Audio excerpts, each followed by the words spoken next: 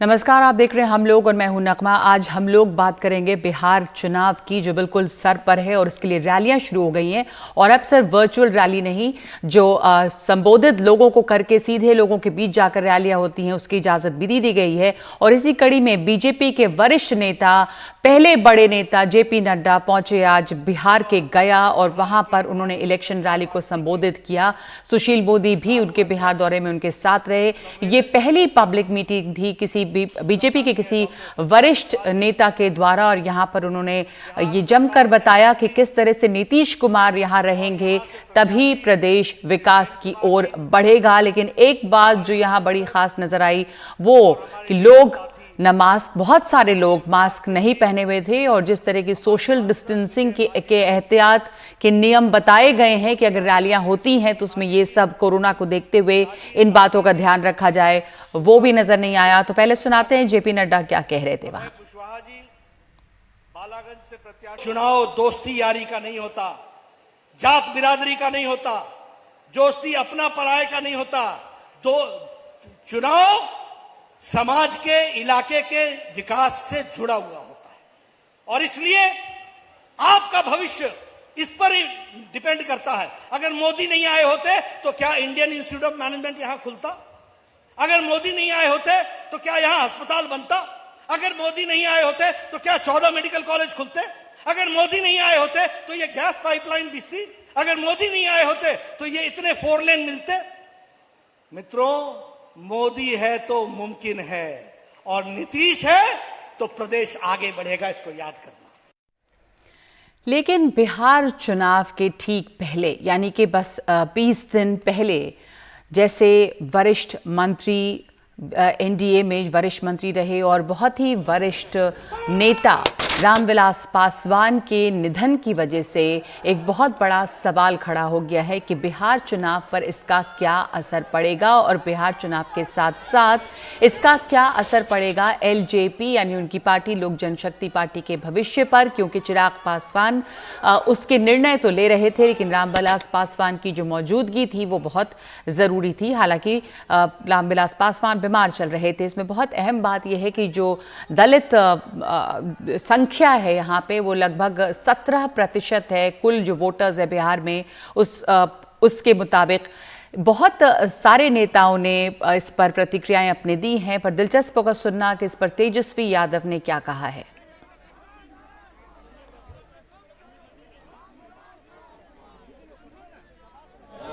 मैं मुख्यमंत्री जी से ये सवाल पूछना चाहता हूँ, देश की राजनीति के जो धुरंधर जो रहे आदरणीय रामविलास पासवान जी, काफी ठेस हम सब लोगों को पहुंचा है। आज सबसे ज्यादा जरूरत जब चिराग जी को उनके पिता की थी, तो आज हमारे बीच वो नहीं रहे।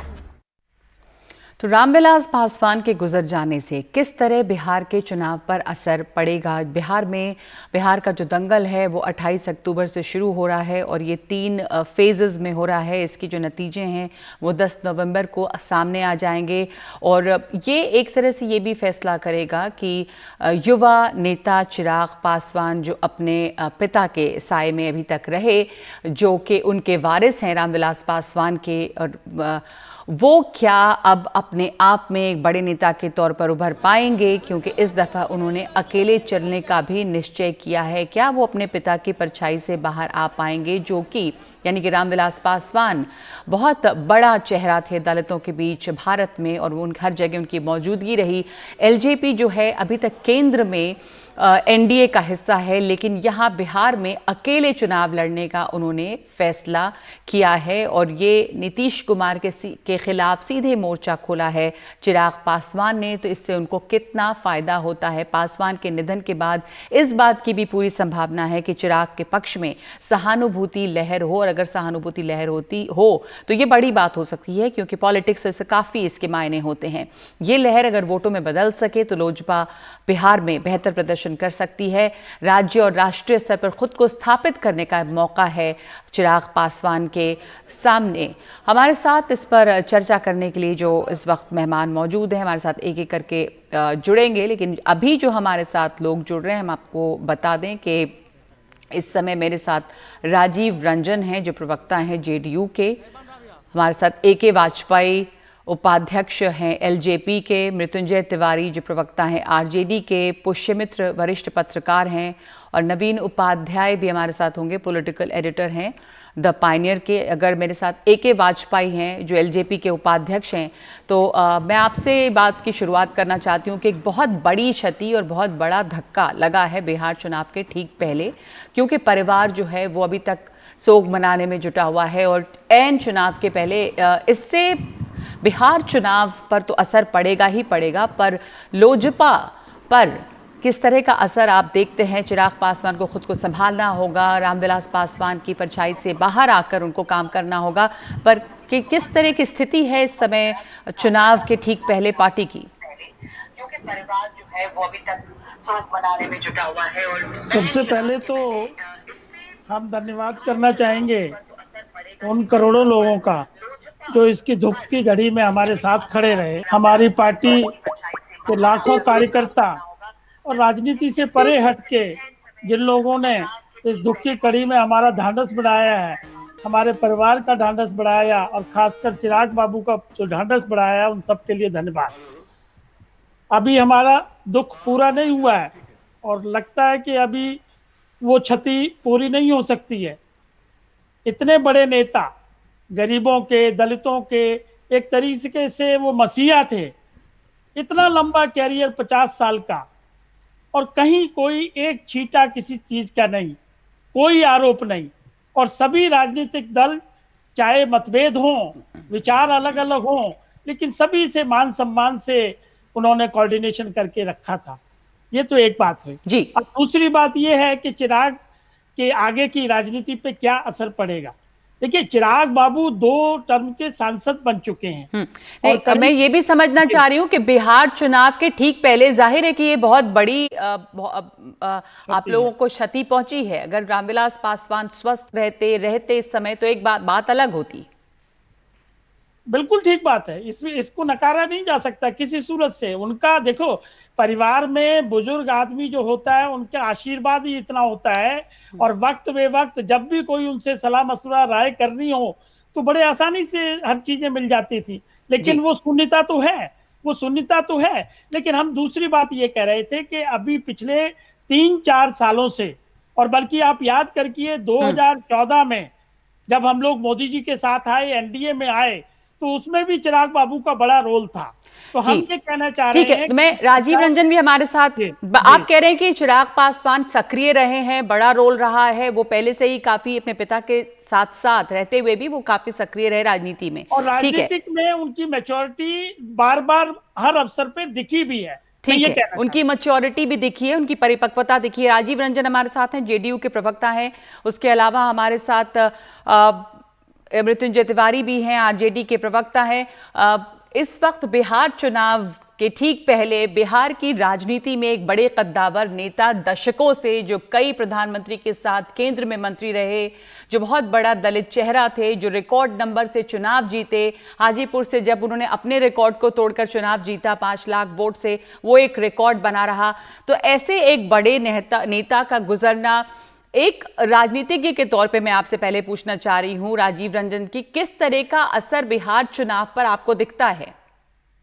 देखिए, सबसे पहले तो रामविलास पासवान जी निसंदेह देश के वरिष्ठतम राजनेताओं में से एक थे, और लगभग 4.5 दशकों का संसदीय जीवन, सार्वजनिक जीवन, उन्हें अन्य नेताओं से उनको थोड़ी बढ़त उससे जरूर मिलती थी, और एक लचीले इंसान थे। गठबंधन धर्म में कहीं ना कहीं गठबंधन के निर्वहन में ऐसा व्यक्तित्व तो बेहद आवश्यक होता है। लेकिन वो लंबे समय से अस्वस्थ थे, और उनकी अस्वस्थता की वजह से चिराग पासवान ने जो जल्दबाजी में फैसला लिया, वो कहीं ना कहीं राजनीतिक तौर पर परिपक्व निर्णय नहीं कहा जा सकता है। इसलिए कि रामविलास पासवान जी ने जो रिकॉर्ड बनाया, वो एक जन आंदोलन के गर्भ से आए थे, और लोकनायक जयप्रकाश नारायण और विश्वनाथ प्रताप सिंह 2 अलग अलग कालखंड हैं। दोनों में उनकी भूमिका बेहद महत्वपूर्ण थी, और दोनों बार काफी अच्छे अंतर से उन्होंने जीत दर्ज की थी।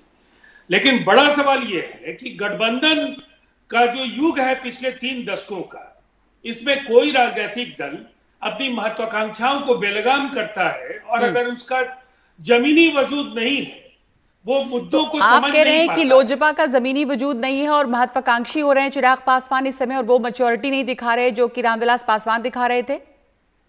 निश्चित तौर पर आप इसका अर्थ ये निकाल सकती हैं। मैं इसका ये अर्थ निकालूं, मैं पुष्यमित्र वरिष्ठ पत्रकार हमारे साथ हैं, साथ साथ नवीन उपाध्याय जुड़ रहे हैं और हमारे साथ आरजेडी से भी हमारे मेहमान हैं। पर मैं आपसे पहले पूछना चाहती हूं, नवीन उपाध्याय पॉलिटिकल एडिटर है द पायनियर के, कि इस सब एक बहुत बड़ी घटना है बिहार चुनाव के ठीक पहले, 20 दिनों पहले ऐसा होता है। अब बिहार चुनाव के नतीजों पर, बिहार चुनाव में जिस तरह की हलचल थी, आपको किस तरह का असर दिखता है? क्योंकि ये कहा जाता है कि इसका एक सहानुभूति लहर भी, इसका फायदा भी मिल सकता है चिराग पासवान को। हालांकि ये मौका नहीं है इस तरह की बातें करने का, लेकिन राजनीति में सब कुछ होता है। हमने देखा है कि बड़े नेताओं के गुजरने के बाद, चाहे वो कांग्रेस हो, चाहे वो साउथ में पार्टियां हो, किस तरह से एक बड़ी सहानुभूति लहर जो है उसने मदद भी की है। आपको क्या इस तरह का कुछ वहां पर दिख रहा है कि इस समय एलजेपी की जो स्थिति है इसके बाद कैसी है? देखिए, मेरा ये मानना है, ये सहानुभूति लहर की बात तो हम नहीं मानते हैं, इसका पॉलिटिकल इंपैक्ट पड़ेगा। इसलिए कि जिस तरह के कैंडिडेट चिराग पासवान ने खड़ा किए हैं, बीजेपी के जो रिबेल्स हैं, 9 रिबेल्स हैं कुल मिलाकर, तो वो काफी पावरफुल है। और वो कुछ अगर क्लोज कंटेस्ट की संभावना जहां है, वहां पर अगर वो वोट काट देते हो तो निर्णय जेडीयू के विपक्ष में जा सकता है। जहां तक सहानुभूति लहर का सवाल है, देखिए, सहानुभूति लहर उनके जो दलित कास्ट के लोग हैं उनके बीच में रह सकती है। उसमें भी मेरा मानना है कि बहुत डायलेमा रहेगा। बीएसपी ने अलग कैंडिडेट खड़ा किया है और दलित कास्ट के बीच में आपस में बहुत बड़ा कोऑर्डिनेशन नहीं रहा। हर तबके के जो लोग हैं उनका अलग लीडर रहा है जी। और देखिए, सहानुभूति लहर के लिए एक मास सपोर्ट बेस की जरूरत रहती है। पासवान जी का हर कास्ट में मेरा मानना है बहुत एक्सेप्टेंस था, बहुत अच्छे नेता थे और बहुत ही अच्छे ह्यूमन बीइंग थे। आप कह रहे हैं कि इसके लिए कोई ऐसा नहीं लग रहा है कि कोई सहानुभूति लहर हो। पुष्यमित्र जी, आपका क्या कहना है इसके? जी, नवीन सर से भी मैं थोड़ा बहुत सहमत हूँ कि अगर उनका असर जो है वो दलितों में भी पूरा नहीं है। उनका असर काफी हद तक सिर्फ अपनी जाति है उसमें है, दिखता है, क्योंकि दलितों में भी कई हिस्से बिहार की राजनीति में हो गए हैं। जीतन राम मांझी भी हैं जो बाहर दलितों के नेता के रूप में माने जाते हैं। इसके अलावा और भी दूसरे दलित नेता हैं, तो उनका अपनी जाति में जरूर पूरा असर रहा है। और वो अब अगर कहीं छिटक रहे होंगे तो वो एकजुट हो जाएंगे, वो दिखता है। उनकी अपनी पासवान जाति जो है वो बहुत भावुक है इस वक्त और उसका पूरा लाभ उनको मिलेगा चिराग पासवान को। लेकिन बात यह भी है कि देखिए, हम लोग कह रहे हैं कि इस वक्त राजनीति नहीं होनी चाहिए। आज जो उनका बयान है, चिराग पासवान का जो फेसबुक पोस्ट है, वो बताता है कि वो अभी से एक्टिव हो गए हैं। उन्होंने प्रधानमंत्री नरेंद्र मोदी को तो धन्यवाद दिया कि उन्होंने अंतिम वक्त में या पिता के मृत्यु के बाद उन्होंने बहुत सहारा दिया उनको, लेकिन इस पोस्ट में वो नीतीश कुमार को उन्होंने कोई क्रेडिट नहीं दिया, जबकि नीतीश कुमार खुद पूरे आयोजन में थे और उन्होंने कई तरह से उनको मदद करने की भी कोशिश की थी। तो बिल्कुल ये साफ दिख रहा है कि राजनीति इसके ऊपर, क्योंकि चिराग पासवान ये तय कर चुके हैं कि उन्होंने बिल्कुल मोर्चा खोला हुआ है नीतीश कुमार के खिलाफ, और वो अब बिल्कुल एकला चलो रे वाली जो नीति है उसके ऊपर वो इस वक्त तैनात है। मैं आपसे जानना चाहूंगी, मृत्युंजय तिवारी, आरजेडी की प्रवक्ता, कि आपकी क्या समय रीडिंग है। उसके बाद हम इस पर आएंगे कि कैसे बीजेपी अब चुनाव की रैलियां शुरू हो चुकी हैं और वहां पर अब जब इजाजत मिल गई है रैलियों की, वर्चुअल रैली भी होगी और बड़े बड़े नेता वहां पर पहुंच रहे हैं। आज जेपी नड्डा की रैली हुई, वहां पर काफी भीड़भाड़ दिखी, सोशल डिस्टेंसिंग कम नजर आई, मास्क पहने हुए कम लोग आए। बिहार चुनाव की उथल पुथल जो इस समय है, रैलियां भी शुरू हो गई हैं। मृत्युंजय तिवारी, क्या तेजस्वी भी बिल्कुल एक्टिव हैं बहुत दिनों से, लेकिन नीतीश कुमार काफी मजबूती से बीजेपी के साथ वहां पर बने हुए हैं? देखिए, सबसे पहली बात तो आपने कहा कि नीतीश कुमार जी मजबूती के साथ बने हुए हैं। मजबूती के साथ नहीं बने हैं, मजबूरी के साथ बने हैं। मजबूरी के साथ ही सही, पर मजबूत गठबंधन है दोनों का, और मोदी जी हैं तो मुमकिन है, नीतीश जी हैं तो विकास होगा। देखिए, ठीक है, ये तो 10 नवंबर को पता चल जाएगा क्या मुमकिन है क्या नामुमकिन है। लेकिन ये बिहार की धरती है जहां यहाँ की जनता राजनीतिक समझ अन्य प्रदेशों से ज्यादा रखती है जी। और वो 15 वर्षों से तो मौका जनता ने दिया, जनता ने मजबूती प्रदान किया था एनडीए को, डबल इंजन की सरकार को, लेकिन जनता के साथ तो धोखा हुआ। आज बिहार क्यों अपराध में नंबर 1, भ्रष्टाचार में नंबर 1, आज अन्य राज्यों के मुकाबले बिहार क्यों फिसड्डी है? ये सवाल तो जनता जानना चाहती है ना कि डबल इंजन की सरकार ने क्या फायदा दिया बिहार को। तो जब वो सवाल तब यही पूछते हैं कि आप लोग जब आरजेडी इतने दिनों से शासन कर रही थी तो उन्होंने क्या किया, क्योंकि ये तो वही होता है कि आपने क्या किया, हमने क्या किया, और वो दिख रहा है। इसी को लेकर आगे आए हैं चिराग पासवान, बिहार फर्स्ट, बिहारी फर्स्ट। तो युवा नेता जो है वो क्या कुछ कर पाएंगे? मैं एक मिनट आपको रोक रही हूं, मैं ब्रेक ले रही हूं इस समय, और हम लौटेंगे और हम चर्चा करेंगे कि जब अब होम मिनिस्ट्री ने इजाजत दे दी है रैलियों की भी, तो सिर्फ ऐसा नहीं कि सोशल मीडिया या डिजिटल स्पेस पर ही नेता ध्यान देंगे, अब फिर से वही चुनाव की जो हलचल है वो नजर आएगी। तो एक ब्रेक के बाद हम लौटते हैं इस चर्चा पे।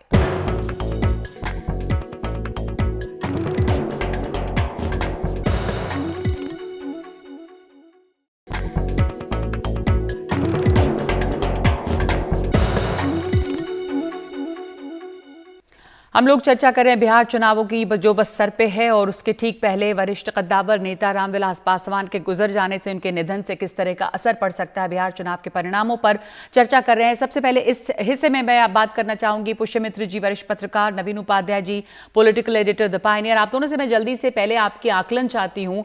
नवीन उपाध्याय जी, कि क्या आपको लगता है कि अब जो स्थिति है रामविलास पासवान के गुजरने से, आपने कहा सहानुभूति लहर शायद ना हो, पर जल्दी से क्या कोई कास्ट इक्वेशन, क्योंकि जाति के आधार पे चुनाव होते हैं बिहार में, कितनी % क्या जाती है, आपको लगता है कि इस पे कोई असर पड़ता समीकरण पे?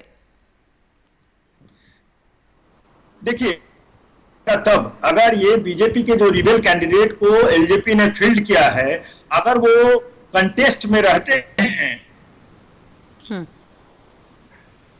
तो जानकारी है कि बीजेपी के जो राज्य स्तर के नेता हैं वो अपने शीर्षस्थ नेताओं के टच में हैं, और जेपी नड्डा, अमित शाह, ये सारे लोगों से बात चल रही है कि वो।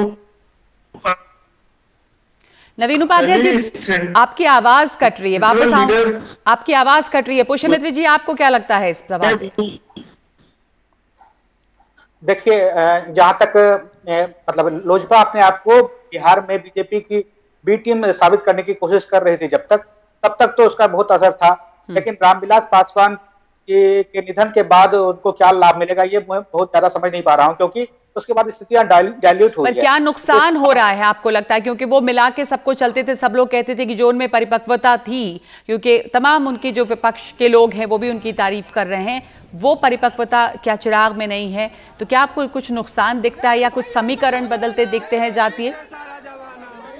मुझे ये दिख रहा है कि नीतीश कुमार और उनकी पार्टी इस मौके पर रामविलास पासवान की अंत्येष्टि में शामिल होकर, और जीतन राम मांझी का यह कहना है कि उन्हें भारत रत्न दिया जाए, तो उन लोगों ने इस पूरे मसले को डाइल्यूट करने की कोशिश की है कि हमारा लोजपा से कोई खास विरोध नहीं है और रामविलास पासवान का हम भी सम्मान करते हैं। इसका उन्हें थोड़ा फायदा जरूर मिलेगा कि उन्हें सीधे लोजपा हमलावर नहीं हो पाएगी। अभी हालांकि फिर से कोशिश है इन्होंने, चिराग पासवान जी ने। बिल्कुल। तो लोजपा के उपाध्यक्ष हमारे साथ AK वाजपेयी हैं, जो यहाँ पे पुष्यमित्र जी कह रहे हैं वो महत्वपूर्ण है कि वो नीतीश कुमार शामिल हुए अंत्येष्टि में। नीतीश कुमार कभी भी हमलावर नहीं हो रहे हैं, पर चिराग पासवान अपनी तरफ से बहुत हमलावर हो रहे हैं। ये दिख रहा है कि चिराग पासवान में वो परिपक्वता नहीं है, और इन्होंने, नीतीश कुमार ने कुछ भी उनके खिलाफ ऐसा नहीं कहा है। नहीं, देखिए ऐसा है, दो बातें बड़ी क्लियर कर दें हम। जब हमारे आदरणीय पासवान जी स्वस्थ थे तो उनका एक स्टेटमेंट आप याद करिए, ये आया था। जी बोलिए। तो उनका एक स्टेटमेंट आप याद करिए, ये आया। चूंकि ये सब कुछ इस समय आपकी आवाज नहीं आ पा रही है, इस समय आपकी आवाज नहीं आ पा रही, पर नवीन उपाध्याय जी, क्या सुन पा रहे हैं आप मुझे? हाँ, एकदम क्लियर सुन रहे हैं। हाँ बोलिए, आप अपनी बात पूरी कीजिए।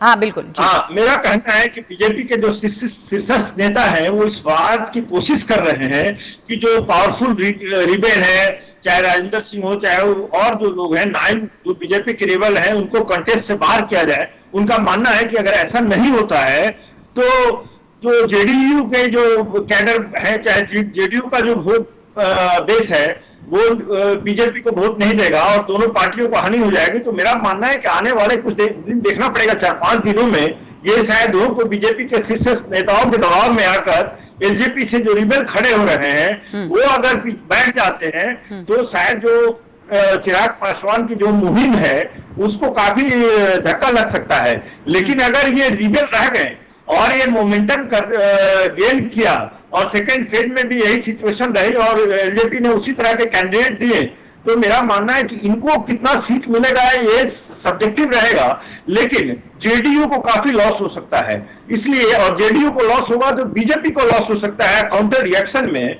तो मेरा मानना है कि जेडीयू और बीजेपी दोनों इस बात की कोशिश करेंगे कि जो रिबेल सेल को बैठाया जाए। और इस समय में एक चीज कह दीजिए कि ये प्राइम मिनिस्टर का जहां तक मेरी जानकारी है 12, 13 और 14 को बिहार का दौरा हो रहा है। हाँ। और उस दौरे में वो इस बात को इंफेसिस देने की कोशिश कर सकते हैं कि दोनों पार्टी के कैडर में कोई कंफ्यूजन नहीं रहे और चिराग पासवान को अगर डायरेक्ट नाम भी नहीं लेंगे तो न्यूट्रलाइज करने की कोशिश करेंगे और रिबेल को वापस लेने की कोशिश की जाएगी। जी ब्रेक लेने के पहले एक आपसे ये जानना चाहती हूँ, राजीव रंजन जी आप जेडीयू के प्रवक्ता हैं, कि ये भी सुनने में आ रहा है कि नीतीश कुमार जी जो रैलियां करेंगे वो वर्चुअल रैलियां होंगी। अब इजाज़त भी मिल गई है जो फिजिकल रैलीज की, जैसे जेपी नड्डा आज गए, तो ऐसे तमाम स्टार प्रचारक जो हैं वो आ रहे हैं और रैलियां हो रही हैं। तो इस पे एक बहुत बड़ा इस बार अनोखा चुनाव भी है कि बहुत ज़्यादा रैलियां क्या जाकर हो रही हैं, ज़्यादा रैलियां वर्चुअल करेंगे मुख्यमंत्री। देखिए अभी तो कल और परसों 12 अक्टूबर और 13 अक्टूबर को बिहार के पहले फेज में जो हमारे 35 उम्मीदवार हैं उनको पार्टी हेडक्वार्टर से नीतीश कुमार जी संबोधित करेंगे वर्चुअल प्लेटफॉर्म। और वो काम कल करीब 11 मीटिंग्स हैं और बाकी 2 फेज में परसों वो बाकी 24 मीटिंग्स वो करेंगे। और इस तरह से 35 जो हमारे उम्मीदवार हैं उनकी सभाएं हो जाएंगी। 14 तारीख को मुख्यमंत्री जी जाएंगे और वो फिजिकल रैलीज करेंगे जी।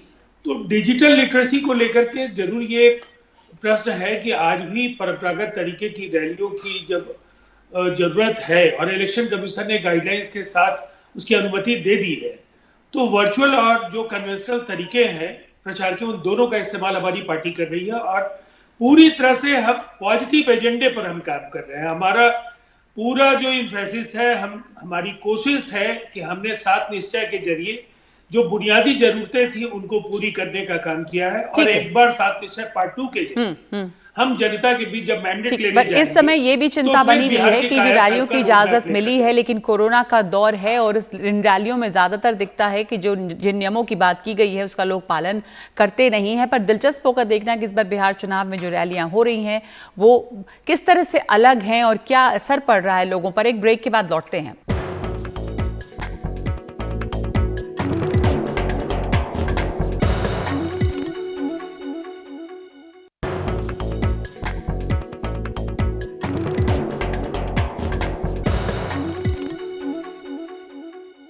हम लोग चर्चा कर रहे हैं बिहार चुनावों की और हमारे साथ जो तीनों पार्टियां चुनावी रेस में हैं, जेडीयू, एलजेपी, आरजेडी, उनके प्रवक्ता और मौजूद हैं। और एलजेपी और आरजेडी दोनों की युवा नेता इस समय, लालू जी यहाँ मौजूद नहीं है, रामविलास पासवान का निधन हो गया, लेकिन चिराग पासवान और तेजस्वी यादव बिहार फर्स्ट, बिहारी फर्स्ट का नारा दे रहे हैं चिराग पासवान। तेजस्वी भी बार बार नीतीश कुमार की नाकामी की बात करते हैं। लेकिन नया क्या देने के लिए मैं आप दोनों से 30 सेकंड में चाहूंगी, उसके बाद हम राजीव रंजन के पास जाएंगे। पहले मृत्युंजय तिवारी।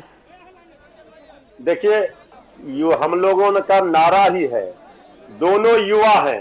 तेजस्वी यादव जी ने अपने प्रतिभा क्षमता को साबित कर दिया है, उप मुख्यमंत्री रहते हुए और नेता प्रतिपक्ष रहते हुए। युवा सोच, नई सोच के साथ युवा सरकार बनाने के लिए तैयार है। चिराग पासवान जी भी युवा है। सोच क्या है, क्योंकि पूरे समय जब कोविड और जब बाढ़ का प्रकोप रहा तो ऐसा क्या देखा कि उन्होंने अपने को साबित कर दिया? देखिए 15 वर्षों से नगमा जी जिनके पास शासन था, वो जब फेल हुए उन्होंने तो सिर्फ हमारे शासन यही वो आपसे पूछते हैं कि इतने वर्षों से जब आप लोगों के पास शासन था आरजेडी के पास, तब आपने क्या किया? बहरहाल जो ये एलजेपी जो कह रहे हैं चिराग पासवान बिहार फर्स्ट और बिहारी फर्स्ट कितना कामयाब होता दिख रहा है? ये बिहारी कितना जुड़ रहे हैं, उनके ऊपर तो लगातार आरोप ये रहता है कि वो जमुई में ही ज्यादा नहीं रह पाते हैं। वाजपेयी साहब नहीं, बिल्कुल गलत जानकारी। देखिए, उनका विजन अभी बता सकते हैं कि वो क्या चाहते हैं। एक छोटा सा एग्जाम्पल हम विजन का देते हैं। देखिए, उन्होंने ये महसूस किया, उन्होंने ये देखा कि कोटा में इतने सारे कॉलेजेस और इंस्टीट्यूट खुले हुए हैं, वहां पे कोटा में स्टूडेंट बिहारी, इंस्टीट्यूट और कॉलेज चलाने वाले बिहारी।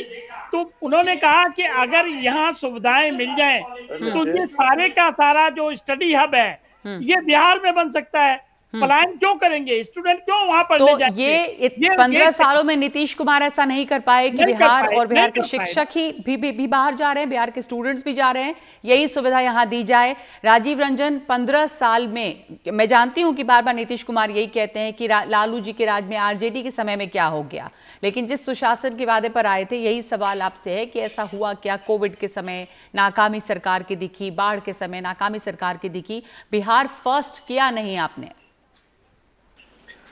देखिए, आज यूनाइटेड नेशंस ने बिहार को आमंत्रित किया इकोलॉजी एंड एनवायरनमेंट पर जो हमारा प्रयोग है, जल जीवन हरियाली, और ये 25,000 करोड़ रुपए का भावी हिंदुस्तान कैसा होगा, हमारी पीढ़ियों के लिए हम क्या देकर जाएंगे, इन सवालों पर राजनेता आमतौर पर चिंतन नहीं करते, लेकिन उन्होंने उन मुद्दों को भी तलाशने की कोशिश की जिससे हम स्वस्थ और लंबे जीवन का वातावरण अपनी नई पीढ़ियों को दे सकें। ठीक है, पर मैं एक बात जरूर कहना चाहूंगा जी, जिस तरह से medical colleges, engineering colleges, polytechnics, GNM, ANM, ANM और आईटीआई के पूरे राज्य में जाल बिछाने का काम हुआ, कई यूनिवर्सिटीज पहले के मुकाबले बढ़े, और सड़कों से लेकर जो बिजली का काम हुआ है, पानी आज हर घर में पानी। आप कह रहे हैं कि बहुत काम किया है नीतीश सरकार ने, विकास बहुत हुआ है और इसी पर लोग वोट देंगे, और इसी विकास यही हो रहा है कि हुआ कहाँ वो विकास, और यही सवाल उठा रहे तेजस्वी यादव कि किस तरह से नाकामी रही है बाढ़ के दौरान में, कोविड के दौरान में, और इनको चिराग पासवान को इन दोनों से शिकायत है। लेकिन बिहार चुनाव इस दफा बहुत दिलचस्प है क्योंकि कई कद्दावर नेता उसमें शामिल नहीं है, पर युवा पीढ़ी शामिल है, और सामने नीतीश कुमार जो कि पिछली पीढ़ी के नेता हैं और 15 सालों से शासन कर रहे हैं, और उनके शासन को चुनौती है इस समय। बहुत बहुत धन्यवाद आप तमाम लोगों का। हम लगातार बिहार चुनाव पर बात करते रहेंगे, लेकिन आज के लिए इतना ही समय है। एक ब्रेक ले रहे हैं हम अभी।